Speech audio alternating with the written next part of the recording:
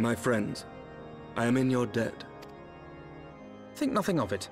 Your wounds are healing well, I trust. Some wounds do not heal.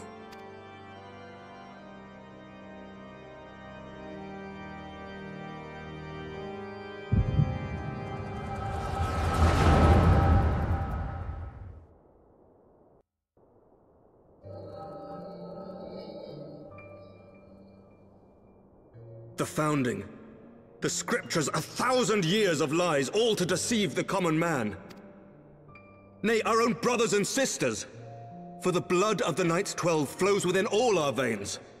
You knew this to be true. You knew, and you concealed it.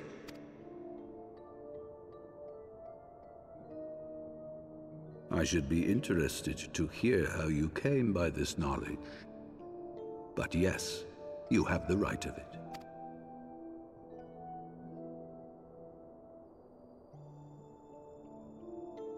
The architects of Ishgard, King Thordan and his Knights 12, entrapped and butchered the great worm, Ratatoskr, that they might partake of her eyes and thereby transcend their mortal limits. Upon learning of their treachery, Nidhogg was consumed with a murderous and justified rage.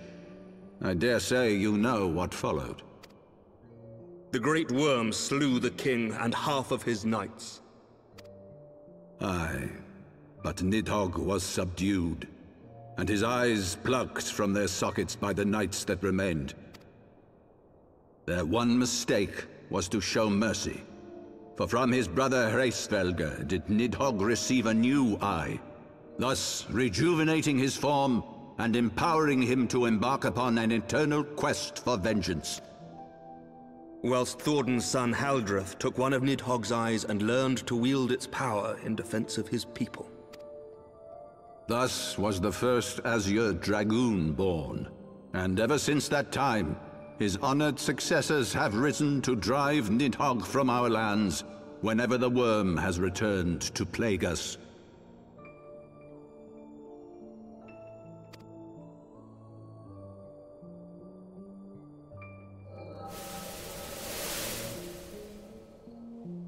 I ask you, my son, will you answer for my sins? Will your son and his son answer for me as well? What do you mean?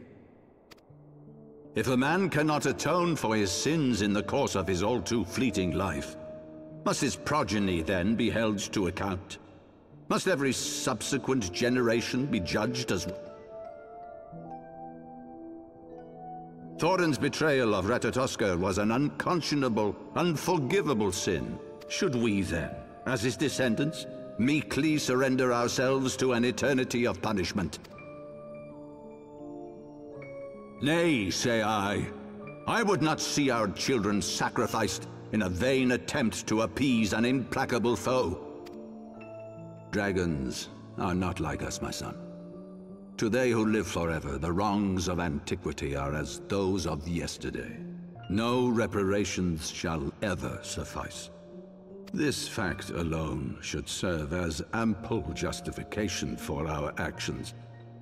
Yet some refuse to see it as such. For men like you, who yearn to commit themselves to a nobler cause, a more compelling narrative is required. This is your solution. This is how you protect our people. You have given us a lost cause, a death sentence. With your compelling narrative, you but doom our countrymen to give their lives for a lie. And they do so gladly. Highborn and lowborn alike are proud to serve, to fight and die for their country. And what would you say to them? What would you tell the wives who have lost their husbands? The mothers who have lost their sons? That their loved ones died for naught? Over the course of 1,000 years, countless men have donned these robes, and every one of them came to accept the necessity of this solution. Once, I hoped you might come to accept it as well.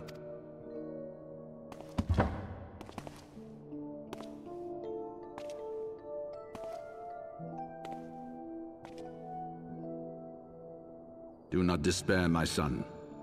Soon I shall free us from the sins of Antiquity, and bring about the change you so fervently desire.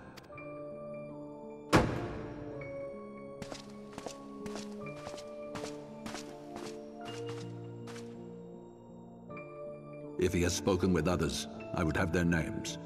Escort him to a cell and question him thoroughly. Your Eminence.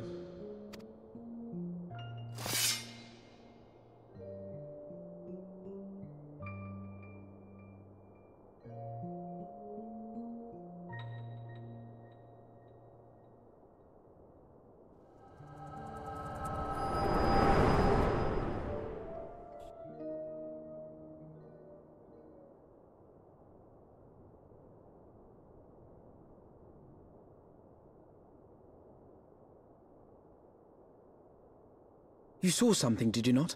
A vision of the past?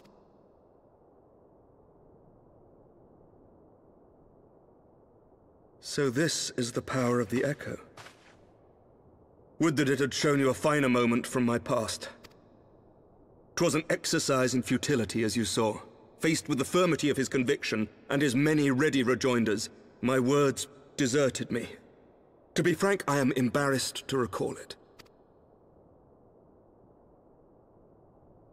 A friend once impressed upon me the importance of differentiating between words, deeds, and beliefs.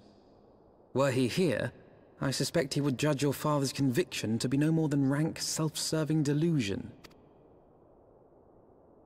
Even so, I cannot help but wonder what manner of change he intends to bring about. I have given some thought to that as well. During the battle within the vault, the Heaven's Ward demonstrated strange and unnatural abilities. Aye, the manner in which Sir Zephyrin struck down Lord Haurchefant was unlike anything I've ever seen before. The spectacle called to mind King Thordan and his Knights 12 as they are depicted in scripture, holy powers and all. Mere fabrications, which have become objects of faith, instilled with the belief of countless devoted souls. 7 hells! If Lady Iceheart can use her own body as a vessel for summoning, I see no reason why others could not. Are the Heaven's Ward truly so reckless? Unbelievable! As they fled, my father spoke of Aziz La. Though I know not what he intends, I fear no good shall come of it. His ambitions are too great, and his minions too powerful. We must find the Heaven's Ward and stop my father before it is too late.